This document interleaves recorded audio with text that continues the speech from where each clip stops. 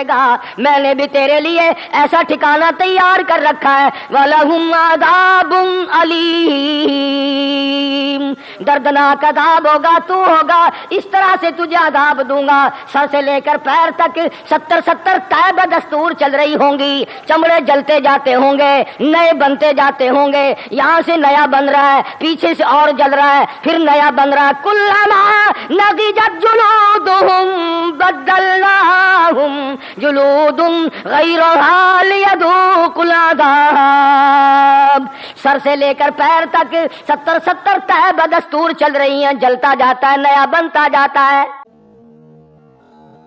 السلام علیکم دوستو، کیسے ہیں؟ امید کرتا ہوں آواز آتی علی ذوق العذاب، فرمایا میں تجھے عذاب چکھانے کے لیے یہ سارا انتظام کیے جا رہا ہوں۔ اور دنیا میں دھوکہ دینے والوں، فریب دینے والوں، زبان کی مٹھاس کی کمائی کھانے والوں، زبان کی ہیرا پھیری کر کے کمائی کھانے والوں، فرمایا آج تم اپنے آپ کو بڑا چلاک سمجھتے ہو، اگر میں قیامت میں تمہیں نرالا کر کے سزا نہ دوں تو میری خدائی کیا ہوئی؟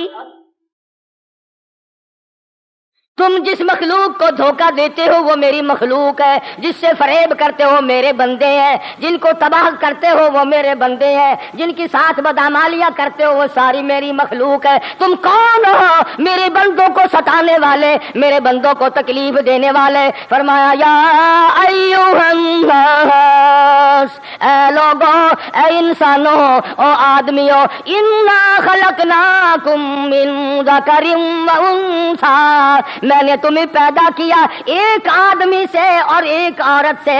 ارے تم آپس میں بہن بھائی ہو کر، بھائی بھائی ہو کر ایک دوسرے کا گوشت کھانے میں کیوں مصروف ہو گئے؟ قرآن کریم میں ہے جرم کرنے والے کو پتہ نہیں چلتا، جس نے تلوار چلائی اس کو کیا پتا، جس کے گلے پہ چلی اس سے پوچھو کہ کیا ہوا تھا،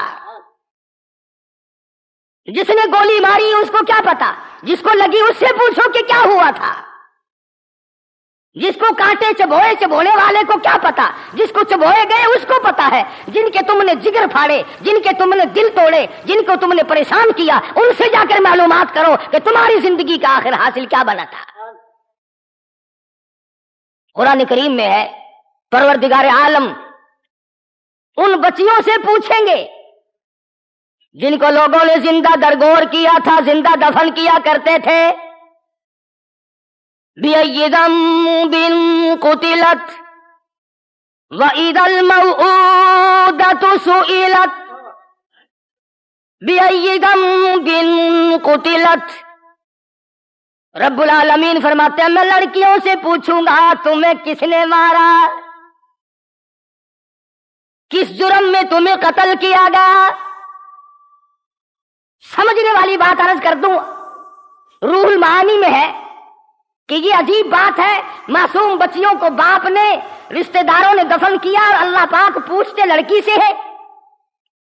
قاتل سے پوچھنا چاہیے، جس نے مارا تھا اس سے پوچھنا چاہیے، مجرم سے پوچھنا چاہیے۔ بعضا جرم ایسا ہوتا ہے، بعضا گناہ ایسا ہوتا ہے، اور بعضی غلطی ایسی ہوتی ہے کہ باپ یہ کہتا ہے بیٹے کہ میں تو شکل دیکھنے کو بھی تیار نہیں، ماں کہتی ہے میں اپنے بیٹے کی شکل دیکھنے کو بھی تیار نہیں، یا کسی اور آدمی سے تکلیف پہنچ جاتی ہے تو وہ کہتا ہے کہ میں تو تیری شکل دیکھنے کو بھی تیار نیچے جائے کہ میں تجھ سے بات کروں۔ تو اللہ پاک فرماتے ہیں کہ معصوم بچیوں کو قتل کرنے والوں، معصوم بچیوں کو زندہ درگور کرنے والوں، تم اتنے سخت گناہگار ہو کہ تم سے پوچھنا بیکار ہے۔ فرمایا وَإِذَا الْمَوْءُودَةُ سُئِلَتْ، خود لڑکیوں سے پوچھوں گا تمہیں کس جرم میں مارا گیا۔ کسی کے بچے کو کوئی مار جائے اور ماں دیکھ بھی لے پھر بھی اپنے بچے سے کہلواتی ہے ہاں کس نے مارا تجھے، کون مار گیا تجھے، دیکھ بھی لیتی ہے کہ فلاں کا بچہ مار کے گیا، مگر کہلواتی ہے اپنے بیٹے سے، اس کے منہ سے نکلا نہیں اور پھر کھڑی ہو جاتی ہے۔ اسی طرح سے جو لوگ گولی مارتے ہیں، قتل کرتے ہیں، اگر وہ مرنے والا خود بیان دے جائے کہ مجھے فلاں نے مارا ہے، اس کی آئینی حیثیت اور ہے اور دوسرے گواہوں کی آئینی حیثیت اور ہے۔ اسی لیے تو لوگ بھاگا کرتے ہیں لے کر مرتے ہوئے کے پاس کے بول کے بتا دے تجھے مارا کس نے. تو اللہ پاک فرماتے ہیں وَإِذَا الْمَوْءُودَةُ سُئِلَتْ، اور میری بندی اور میری بچی، اور میں نے تجھے پیدا کیا، میں تیرا پروردگار. وَإِذَا الْمَوْءُودَةُ سُئِلَتْ، بتا تجھے کس نے مارا. بِأَيِّ ذَنبٍ قُتِلَتْ، تجھے کس نے قتل کیا. صحابی ہے محمد عربی صلی اللہ تعالی علیہ وسلم کا، خدمت عالیہ میں بیٹھا ہے، کلمہ پڑھ کر مسلمان بن چکا ہے. عرض کرنے لگا یا رسول اللہ میں نے ایسے کام کر رکھے ہیں جب یاد آتے ہیں تو میرے آنسو خون کی بہ نکلتے ہیں، میرا دل روتا ہے، میں نے بڑی تباہی پھیری ہے، میں نے بڑی بربادی کی ہے، میرا کیا بنے گا. حضور صلی اللہ علیہ وسلم نے فرمایا تو نے کیا کیا. حضور کی مجلس میں بیٹھ کر بیان کرتا ہے یا رسول اللہ میں نے اپنی 8 بچیاں اپنے ہاتھوں سے زندہ دفن کی. جہالت اتنا بڑا جرم ہے، جہالت، علم کا نہ ہونا یہ سب کچھ کرا دیتا ہے. یہ قصہ ان لوگوں میں چلا کیسے؟ لڑکیوں کو زرگوڑ کرنے والا، دفن کر دینے والا. لڑائی ہوئی 2 قبیلوں کی، ایک سردار کی لڑکی کو دوسرے قبیلے والے اٹھا کر لے گئے. اس کے بعد صلح ہوئی. جس کی لڑکی تھی ان کی طرف سے یہ طے ہوا، اور جن کے پاس تھی ان کی طرف سے طے یہ ہوا کہ یہ لڑکی اپنی رضامندی سے جہاں جائے وہاں رہے. جیسا آج کل ہماری گورنمنٹ کا قانون ہے کہ لڑکی کی زبان قانون بن جاتی ہے. لڑکی کہے کہ میں تو دریا پار جاؤں گی تو دریا پار جانے کی اجازت ہے. لڑکی اگر کہے میں تو سمندر میں ڈوب کے مروں گی تو لو مر جا بھائی. تو اس وقت عرب کے قبیلوں میں ایک لڑکی کا باپ کہتا تھا کہ واپس آ جا. وہ کہنے لگی نہیں اب میں یہی ٹھیک ہوں جہاں اتنے دن میں گزار بیٹھی ہوں. تو وہاں سے یہ بات چل پڑی کہ لڑکی تو بغیرت ہوتی ہے، باپ کی عزت نہیں کی، واپس نہیں آئی، لہذا ان کو پیدا ہوتے قتل کیا کرو. تو حضور اکرم صلی اللہ تعالی علیہ وسلم کی خدمت عالیہ میں صحابی خود روتا ہے اور کہتا ہے میں 8 لڑکیاں خود اپنے ہاتھوں سے دفن کر چکا ہوں. یہ ایسے اس نے کیوں کیا؟ صرف جہالت، گمراہی، بدتمیزی، اپنے خود پیدا کردہ. لو جی ہمارا کوئی داماد بنے گا، لو جی ہمارا کوئی جمائی بنے گا. بدبخت اگر یہ سوچے کہ تو کیوں بنا پھر کسی کا؟ تیرا داماد بننے میں اگر تجھے میرا لگتا ہے تو کسی کا داماد کیوں بنا؟ اپنے لیے کچھ اور پسند کرتا ہے اور اوروں کے لیے کچھ اور پسند کرتا ہے، اور یہی بگاڑ والی بات ہے. قرآن کریم کا یہ چیز بتلانے سے کیا مقصد ہے آپ ذرا سمجھے، تھوڑی سی توجہ دے، نیند نہ کرنا. قرآن کا کیا مقصد ہے یہ باتیں بتانے سے کہ زندہ لڑکیوں کو اپنے بچیوں کے گلے پکڑ کر قبر میں دفن کر دیا کرتے تھے. اللہ پاک کا قرآن میں ذکر کرنے سے کیا مطلب ہے؟ یہ کوئی نماز کا قانون تو ہے نہیں کہ لوگ نماز پڑھا کریں گے، روزے کی بات نہیں کہ لوگ روزے رکھا کریں گے، زکات کی بات نہیں کہ لوگ زکات دیا کریں گے، حج کی بات نہیں کہ لوگ حج کیا کریں. اس زمانے کے لوگوں میں یہ گندگی تھی، بس تھی. آج ذکر کرنے کا کیا مطلب ہے؟ قرآن اب ہمیں کیوں سناتا ہے یہ وَإِذَا الْمَوْءُودَةُ سُئِلَتْ بِأَيِّ ذَنبٍ قُتِلَتْ؟ سمجھو قرآن ہمیں کیوں سنا رہا ہے. یہ ہو گیا ٹھیک ہے، جنہوں نے کیا تھا ان کو عذاب ملے گا، جو بچیاں شہید ہوئی وہ جنت میں جائیں گی. قرآن ہمیں کیوں سناتا ہے؟ جب سپارہ پڑھو گے آخری یہ آیتیں پھر آ جائیں گی بِأَيِّ ذَنبٍ قُتِلَتْ. سمجھو قرآن ہمیں کیوں ہر وقت یہ بات سنا رہا ہے کہ لڑکیوں کو زندہ درگور کیا کرتے تھے، گلے پکڑ کر قبر میں دفن کر دیا کرتے تھے. یوں آتا کتاب میں کہ ایک عورت نے اپنی بچی کے بارے میں اپنے خامن کو بتایا ہی نہیں، چھپا کے رکھا. سیاਣੀ ہو گئی کئی سال کی، ایک دن آ کے دیکھتا کہ ایک بچی کھیلتی پھر رہی ہے، گھر والی سے کہنے لگا یہ بچی کس کی ہے؟ اس کا دل دھڑکنے لگا، کہنے لگی تیری ہے، میں نے چھپا رکھی تھی اس خطرے سے کہ تم مار دے گا. وہ کہنے لگا نہیں نہیں میں اتنا بڑا جرم نہیں کروں گا. میں اس کو بازار دکھا کے لاؤں، شہر دکھا کے لاؤں، تفریح کرا کے لاؤں، کندھے پہ اٹھا کے لے گیا۔ معصوم بچی اچھی بولتی لگتی ہے، ہر آدمی کو پیار آتا ہے، باہر جا کر گلا کھودتا ہے، کپڑوں پہ مٹی پڑنے لگی، معصوم بچی جھاڑ رہی، ابا تیرے کپڑوں پہ مٹی پڑ گئی۔ گلا تیار کر لیتا ہے، اس کے بعد گلے سے پکڑ کر بچی کو اس میں دھکا دیتا ہے، مٹی پھینکتا، روتی، ابا میری آنکھوں میں مٹی پڑ گئی، چیختی ہے، چلاتی ہے، اوپر کو ہاتھ کرتی ہے، خود کہتا ہے میں نے پیروں سے کچل دیے۔ اتنے بڑے بڑے ظلم ہوئے، قرآن ذکر آج کیوں کرتا ہے اس کا؟ جب تک ایسی بچیوں کا ذکر نہ آ جائے خدا کا قرآن ختم نہیں ہوتا۔ رمضان میں سن لو، ختم نہیں ہوگا جب تک یہ آیت آ جائے، وَإِذَا الْمَوْءُودَةُ سُئِلَتْ بِأَيِّ ذَنبٍ قُتِلَتْ، جب تک نہیں آ جائیں گی اس وقت تک قرآن کریم ختم نہیں ہوتا۔ کیا منشا ہے پروردگار عالم کا؟ منشا یہ ہے لوگوں، تم نے اتنے بڑے بڑے جرم کیے، لڑکیوں کو قتل کیا، ان کو شہید کیا، ان کو زندہ پکڑ پکڑ کے دفن کیا، بے رحم ظالموں، اور تمہارے دلوں میں، پہلوں میں دل کے بجائے پتھر لگا ہوا ہے، تمہیں ترس نہ آیا، تمہیں اپنوں پہ ترس نہ آیا، تم غیروں پہ کیا ترس کھاؤ گے؟ پروردگار عالم کا اصل منشا یہ ہے کہ تم لڑکیوں کو درگور کر دیتے ہو جہالت کی وجہ سے، اور میری ذات میں شرک کرتے ہو اسی جہالت کی وجہ سے۔ جب جہالت تمہیں چکر دیتی ہے، گمراہی جب تمہیں پھنساتی ہے، تم بچیوں کو بھول جاتے ہو، تو مجھ خدا کے ساتھ بھی اتنا ہی بڑا ظلم کرتے ہو۔ کھلاؤں میں، پلاؤں میں، جوانی میں دوں، صحت میں دوں، تندرستی میں دوں، آنکھ ناک کان شکل صورت میں بخشوں، اور ناخون تک میں نے دیے، ایک ایک بال میں نے پیدا کیا، اور پھر کہتے ہو فلاں نے کیا۔ فرمایا یہ اتنا بڑا ظلم ہے، ان الشرک لظلم عظیم،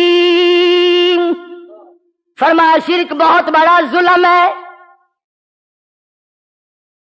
اللہ پاک فرماتے ہیں اگر تمہیں یقین نہیں آتا، تم ساری دنیا کے قلندروں، درویشوں، پیروں، فقیروں کو اکٹھا کرو، فرمایا لا یخلقوا ذبابا، تمام کے تمام اکٹھے ہو کر، اور چیز گائے، بھینس، بکری، مرغی، کبوتر، پرندے، درندے، چرندے، پرندے، تمام چیزیں تو کیا بنائیں گے؟ فرمایا اور تو میں کیا بنواؤں گا؟ لا یخلقوا ذبابا، اور سارے اکٹھے ہو کر ایک مکھی کا پر تو بنا کے دکھاؤ۔ مکھی بھی نہیں، مکھی کا پر تو بنا کے دکھاؤ۔ جانور سمجھ جاتا ہے۔ آج تک کسی کی 100 سال کی عمر ہو جا کے پوچھو، 80 سال کی عمر ہے جا کے پوچھو، 50 سال کی عمر والے سے جا کے پوچھو، عورتوں سے پوچھو، مردوں سے پوچھو، کبھی کوئی گائے، کوئی بھینس، کبھی بکری، مرغی، تمام جتنے بھی جانور ہیں، کبھی کوئی جانور کسی قبر کو پوجنے نہیں گیا۔ ان کو اولاد کون دے رہا ہے؟ ان کو کھانے کو کون دیتا ہے؟ ان کو پینے کو کون دیتا ہے؟ اور اشرف المخلوقات کا یہ حال ہے، جس کے لیے محمد عربی صلی اللہ علیہ وسلم جیسا سردار نبی بن کر آئے، ساتھ اللہ کا قرآن لائے، اس انسان کا حال یہ ہے، کوئی پیپل کے سامنے جھکا کھڑا ہے، کوئی بڑ کے سامنے ہاتھ باندھے کھڑا ہے، کوئی قبر کو چاٹ رہا ہے، کوئی کسی چشمے کے اوپر مونڈا پڑا ہے، اور انسان کا یہ حال ہے۔ ساری جتنی مخلوق ہے اس کی، پرندے، درندے، چرندے، ہوا میں اڑنے والے، سمندروں میں رہنے والے، پانی میں رہنے والے، کیڑے مکوڑے، جتنی خدا کی مخلوق ہے، ایک کو بتاؤ کبھی کسی غیر کو سجدہ کرتے دیکھا ہو؟ جس کے لیے نبی بن کر آیا، سرکار دو عالم صلی اللہ تعالی علیہ وسلم کے سامنے صحابی بیٹھا ہے، عرض کرنے لگا یا رسول اللہ میرا کیا حال بنے گا، میری زندگی کا کیا حال بنے گا، آخرت میں کیا گزرے گی؟ میں نے 8 بچیوں کو اپنے ہاتھوں سے زندہ دفن کیا، یوں آتا ہے کتابوں میں، حضور اکرم صلی اللہ علیہ وسلم فرمایا کرتے تھے، فرمانے لگے پھر سنا دوبارہ سنا، تو نے معصوم بچیوں کے ساتھ کیا کیا؟ صحابی کہتا ہے حضور اکرم صلی اللہ علیہ وسلم جیسی شفیق مہربان امت پہ کریم و رحیم ذات اقدس ہے، فرمایا سنتے بھی جاتے تھے، اتنے روتے جاتے تھے، آپ کی تمام داڑھی مبارک آنسوؤں سے تر ہو گئی۔ سنتے بھی جاتے تھے اور فرماتے تھے پھر سنا تو نے کیا کیا؟ ادھر صحابی سناتا بھی جاتا ہے، روتا بھی جاتا ہے کہ میں اتنا بڑا ظلم کر بیٹھا ہوں، نہ جانے میری ساتھ آخرت میں کیا بنے گی، میری قبر میں کیا ہوگا، میرے لیے حشر میں کیا اللہ پاک فرمائیں گے۔ آپ صلی اللہ علیہ وسلم نے فرمایا کہ یہ سارے تیرے گناہ اس قسم کے جو ہیں یہ حالت کفر کے ہیں۔ علیہ السلام یادم ما کان قبلا، اسلام تمام گناہوں کو، پچھلے خطاؤں کو مٹا دیتا ہے، اسلام تمام گناہوں کو مٹا دیتا ہے۔ حضور نے یہ فرمایا اور صحابی کا یقین تھا، مگر صحابی پھر رو کر کے کہتا تھا یا رسول اللہ جب قیامت میں وہ 8 لڑکیاں اللہ کی عدالت میں کھڑی ہوں گی میرا کیا بنے گا؟ کیا بن سکے گا؟ جہالت کی وجہ سے میں کر بیٹھا۔ اتنے بڑے بڑے ظلم آدمی اسی وقت کرتا ہے جب اللہ کے قرآن کے نزدیک نہیں آتا، ورنہ وجہ کوئی نہیں کہ محمد عربی صلی اللہ علیہ وسلم کا امتی ہو اور پھر آدمی غلط کاریوں میں مبتلا رہے۔ نماز کی پرواہ نہیں کرتے کافی لوگ، اتنا بڑا جرم۔ دنیا کا کوئی مذہب، مسلمانوں کا کوئی فرقہ اس بات کے لیے انکار نہیں کر سکتا کہ بے نماز آدمی اگر مرتا ہے تو حالت کفر میں مرتا ہے۔ اب رمضان شریف آ رہا ہے، کئیوں نے بوتلیں سنبھالنی ابھی سے شروع کر دی ہوں گی، بس طبیعت ٹھیک نہیں میری، تو بندوں کے سامنے تو تم شیشی بوتل دکھا لو گے، اصل تو یہاں کون سی عدالت لگی ہوئی ہے کہ بھی جو روزہ نہیں رکھتا اس کو یہاں کون سزا دے رہا ہے؟ وہ سزا دینے والے خود نہیں رکھتے، کون تمہیں مجبور کرتا ہے؟ لیکن حالت یہ بن گئی تو بات بگڑے گی کہ پاسباں جب چور ہو، پاسباں جب چور ہو پھر کون رکھوالی کرے؟ اس چمن کا حال کیا جس کا مالی خود پامالی کرے؟ قانون کے محافظ افسر، بڑے بڑے سرکاری ملازم جب خود روزہ نہ رکھے دوسرے کو کیا مجبور کر سکتے ہیں؟ اور وہ یہ سمجھتے ہیں کہ آج ہم سرکاری ملازم ہیں، ہم پولیس کے ملازم ہیں، ہم انکم ٹیکس کے ملازم ہیں، ہم CIA کے ملازم ہیں، ہم ملٹری میں ملازم ہیں، آج تو سرکار کا ملازم ہو کے گھمنڈ میں پھرتا ہے۔ اللہ پاک فرماتے ہیں میرا تو بندہ ہے، میں تیرا خدا ہوں، اگر تیری رگ رگ میں آگ نہ بھر دی تو میری خدائی کیا ہوئی؟ واللہ عزیز ذو انتقام، جب میں بدلہ لوں گا پھر میں دیکھوں گا کون سی طاقت تجھے چھڑانے کے لیے آتی ہے۔ بے شک آج تو کمشنر ہو کر کے روزہ نہیں رکھتا، DC ہو کر کے نہیں رکھتا، تھانے دار ہو کر کے نہیں رکھتا، بڑا ذمہ دار ہو کر کے نہیں رکھتا، غریب مزدور ہو کر بدماشی کرتا ہے نہیں رکھتا۔ فرمایا نہ رکھے، میرے پاس آخر کار تو آئے گا، میری اندھیری کوٹھڑی میں آئے گا، میری قبر میں آئے گا، جہاں تیرا کوئی بھی ساتھ نہ دے گا، نہ ڈاکٹری ساتھ آئے گی، نہ افسری ساتھ آئے گی، نہ غربت یہاں والی تیری ساتھ آئے گی، تو ہوگا اور کیڑے ہوں گے۔ فرمایا اگر تجھے کھا کر برباد نہ کر دے تو میری خدائی کیا ہوئی؟ حضرت ابو ایوب انصاری رضی اللہ تعالی عنہ فرماتے ہیں کہ میں حضور اکرم صلی اللہ علیہ وسلم کے ساتھ تھا، مدینے پاک سے باہر عشاء کی نماز سے پہلے اور مغرب کے بعد تشریف لے گئے، حضور میں ساتھ تھا۔ فرماتے ہیں کہ ایک دم اتنی چیخو پکار ہوئی، چنگار آئی، میں ڈر گیا، اور آپ نے مجھ سے فرمایا ابو ایوب ڈر گئے؟ میں نے عرض کیا ہاں یا رسول اللہ میں تو ڈر گیا ہوں۔ فرمایا پتہ یہ کائے کی چیخیں تھی؟ میں نے عرض کیا یا رسول اللہ میں تو نہیں جانتا۔ فرمایا یہود کے قبرستان کی چیخوں ہیں، چیخو پکار ہے، یہودیوں کے مردوں کی پٹائی ہو رہی ہے، تو تمہیں کیا معلوم ہے ان قبروں میں باغ لگے ہوئے؟ اور یہ مسئلہ ہے کہ اگر کوئی کھلے بندوں کھاتا پیتا رمضان میں نظر آئے، اسلام کی حکومت ہو تو اس کو قتل کیا جائے، کیونکہ اس نے اسلام کی توہین کی ہے۔ اب تو سگریٹیں پیتے پھرتے ہیں، کراچی میں پھر بھی لوگ احترام کرتے ہیں، فرنٹیئر میں پھر بھی لوگ روزے کا احترام کرتے ہیں۔ یہ پنجاب کے 4-5 ضلع تو ایسے بدماش ہیں کہ یہاں تو حیا شرم غیرت بالکل نہیں۔ کسی کو کہو نا کیوں تو اپنے واسطے رکھ دا ہونا، روزے رکھ دا، ساڑھے واسطے رکھ دا ہے۔ عبداللہ ابن مغفل سبقید رضی اللہ تعالیٰ صحابی ہے حضور اکرم صلی اللہ علیہ وسلم کا۔ توجہ کرنا، بات سمجھاؤں گا۔ اپنے سگے بھتیجے کو شطرنج کھیلتے دیکھا، کھیلتے دیکھ کر فرمایا، بھتیجے او میرے بھائی کے بیٹے، اللہ کے نبی حضرت محمد رسول اللہ صلی اللہ علیہ وسلم نے اس کھیل سے منع فرمایا۔ دوسرے تیسرے دن اسی اپنے بھتیجے کو وہی کھیل کھیلتے پھر دیکھ لیا۔ صحابی کو غصہ آیا اور یوں فرمایا، لوگوں گواہ ہو جاؤ، اس نے میری توہین نہیں کی، بلکہ میں نے پرسوں پرلے دن اپنے آقا اور مولا حضرت محمد الرسول اللہ صلی اللہ تعالی علیہ وسلم کا قانون سنایا تھا، حضور کی حدیث سنائی تھی، بات سنائی تھی۔ اس نے حضور کی حدیث کی توہین کی ہے، بے قدری کی ہے۔ لوگوں تم گواہ ہو جاؤ، اگر اس کی زندگی میں مر جاؤں، اس کو میرے جنازے پہ آنے کی اجازت نہیں، اور اگر یہ مر گیا ہرگز میں اس کے جنازے پہ نہیں جاؤں گا۔ اگر ہمارے دلوں میں اکرام اور احترام ہو تو یہ غلط عقیدے والی چیزیں کیوں چلے؟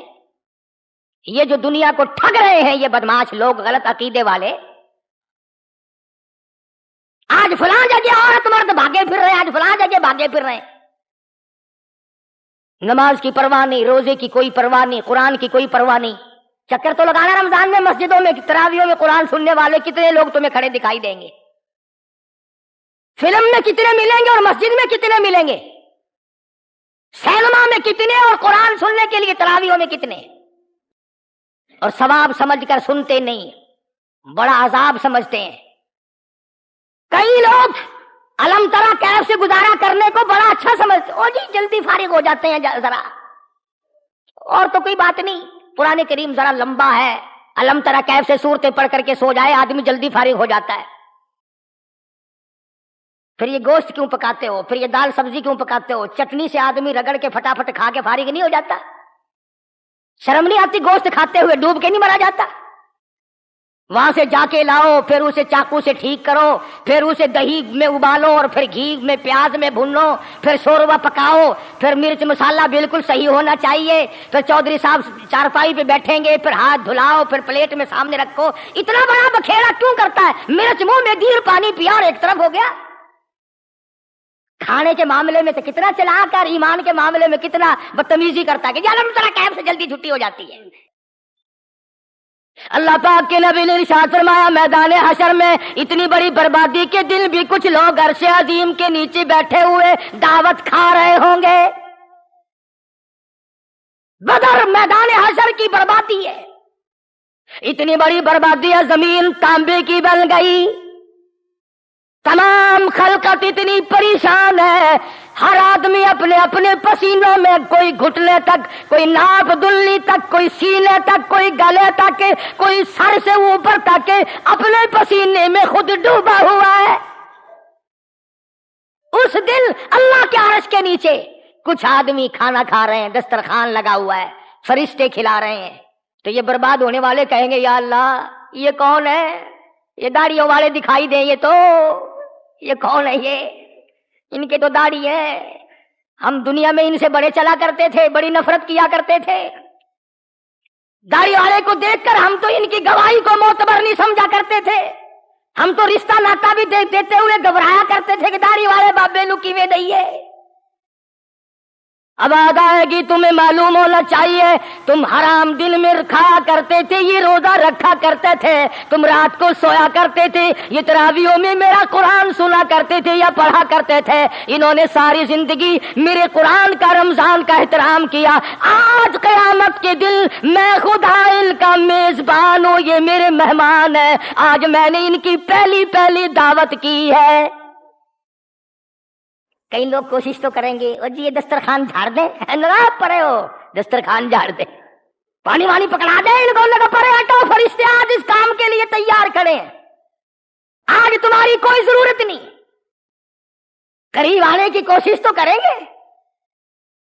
اور کئی لوگ دیکھیں گے ان کو آپس میں، جو آدمی عرش کے نیچے بیٹھا ہوا کھانا کھا رہا ہے وہ دیکھے گا اپنے افسر کو، اپنے بڑے آدمی کو، اپنے پیر کو، اپنے رہبر کو، وہ پریشان ہے، ڈوب رہا ہے، پسینے میں غرق ہو رہا ہے، لگا حضرت جی السلام علیکم، لگا وعلیکم السلام، کون تھی نے؟ اکھا جی تہاڈا تابع دار مرید، کہ اچھا ہوسی ہوگا، نہیں جناب کا کیا حال ہوا؟ انہوں نے کہا بس قیامت ہے، ساری خلقت پریشان ہے۔ انہوں نے کہا حضور آپ ہمیں تو مسئلے اور بتایا کرتے تھے، یہ جناب کا یہ حال کیوں بنا ہوا ہے، یہ کیا صورت بنی ہے آپ کی؟ قرآن کریم اقرار کے بارے میں کہتا کہ گلم اوت کتابیا، او لوگوں جو تمہیں میں بتایا کرتا تھا اگر میں وہی کرتا تو آج میں بھی تمہاری ساتھ ہو جاتا، مگر میں زبان کا بے ایمان تھا، تمہیں کہتا تھا نیکیوں کے کام، خود میں حرام خوری کیا کرتا تھا۔ یا لیتہا کانت القاضیہ ما اغنی عنی مالیہ، میں نے بڑی دولت کمائی، 100 روز کما کرتا تھا، 1000 روز کما کرتا تھا، بڑے میں نے ڈنر بیچ میں چھوڑے ہوئے تھے، بڑے میرے بیچ میں دلال لگے ہوئے تھے، میں بڑی کمائی کیا کرتا تھا، ما اغنی عنی مالیہ، ہائے وہ دولت کہاں گئی، آج میں برباد ہو گیا ہوں۔ خود اقرار کرتا ہے کہ میں نے دوسروں کو مسئلہ صحیح بتلایا، اور جو دونوں ہی کام کرے کہ مسئلہ بھی غلط بتائے اور خود عمل بھی غلط کرے وہ تو اور زیادہ برباد ہے، بدعت پہ لگائے، شرک پہ لگائے، خدا کے قرآن سے منہ پھیرے۔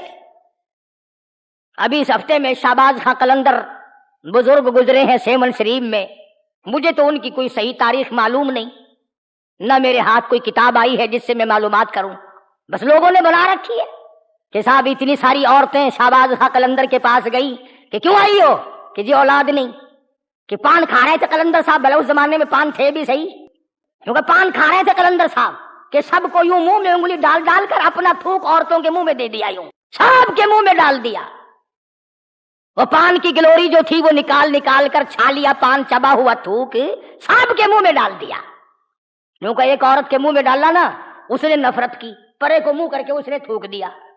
چند دنوں کے بعد ساری عورتیں گود میں لڑکے لے کر آئیں، یہ کیا لائی ہو؟ اور جی اللہ نے لڑکے دے دیے ہیں۔ تو نہیں لائی، تیری جھولی خالی کیوں ہے؟ انہوں نے کہا جی معاف کر دو، وہ جو آپ نے لعاب تھوک دیا تھا مجھے نفرت سے آئی، میں نے وہیں پتھروں میں تھوک دیا، کہ وہیں جا کے دیکھ وہیں لڑکا کھیل رہا ہوگا جہاں تو نے تھوک پھینکا تھا۔ اندازہ لا، تھوک سے لڑکے بنتے ہیں، پھر کیا ضرورت ہے اتنے بڑے شادی پروگرام اور یہ منگنی اور پرنی جنا اور مرنا اور جینا، جڑے ویلے تھوک نال اولاد بندی ہے۔ تجھے معلوم نہیں امام الانبیاء محبوب کبریا حضرت محمد مصطفیٰ صلی اللہ تعالی علیہ وسلم کی 13 بیویوں میں سے صرف حضرت خدیجہ سے اولاد ہوئی، اما عائشہ صدیقہ رضی اللہ تعالیٰ عنہ سے اولاد نہیں، سیدہ حفصہ رضی اللہ تعالیٰ عنہ سے اولاد نہیں، ام سلمہ رضی اللہ تعالیٰ عنہ سے اولاد نہیں، ام حبیبہ رضی اللہ تعالیٰ عنہ سے اولاد نہیں، حضرت صفیہ رضی اللہ تعالیٰ عنہ سے اولاد نہیں، حضرت جواریہ، حضرت زینب بنت جہش، حضرت زینب بنت خزیمہ، ان تمام کے اولاد نہیں، اور آج تو کسی بزرگ کے تھوک میں برکت بتاتا ہے۔ امام الانبیاء شہنشاہ کائنات، یہ 2 جان قربان کر دوں آقا دو عالم صلی اللہ علیہ وسلم کی ذات اقدس کی پیروں مبارک سے اڑی ہوئی خاک پہ، اور نبی نے اپنی بیویوں کو لعاب نہیں دیا۔ کون چاہتا ہے کہ میری اولاد نہ ہو؟ حضرت جویریہ رضی اللہ تعالیٰ عنہ کے یہاں اللہ نے لڑکا دیا حضور اکرم صلی اللہ علیہ وسلم کا، جب وہ فوت ہو رہا تھا حضور کی آنکھوں سے آنسو بہ رہے تھے، صحابہ کہنے لگے یا رسول اللہ آپ بھی روتے ہیں؟ فرمایا ہاں، آنکھ روتی ہے دل غمگین ہوتا ہے، زبان خاموش رہے تو کوئی حرج نہیں، جو نہیں روتا حضور فرماتے ہیں وہ انسان نہیں۔ نبی کی 10-11 بیویوں سے اولاد نہیں ہوئی، کتنے غلط عقیدے، کتنے مسلمانوں کو برباد کر دینے والے مسائل ہیں۔ شرم نہیں آتی عورتوں کو، مردوں کو ایسی بات کہتے ہوئے؟ نہ دین، ہندو بھی ایسی بات نہیں مانتے، سکھوں کا بھی عقیدہ نہیں ہے۔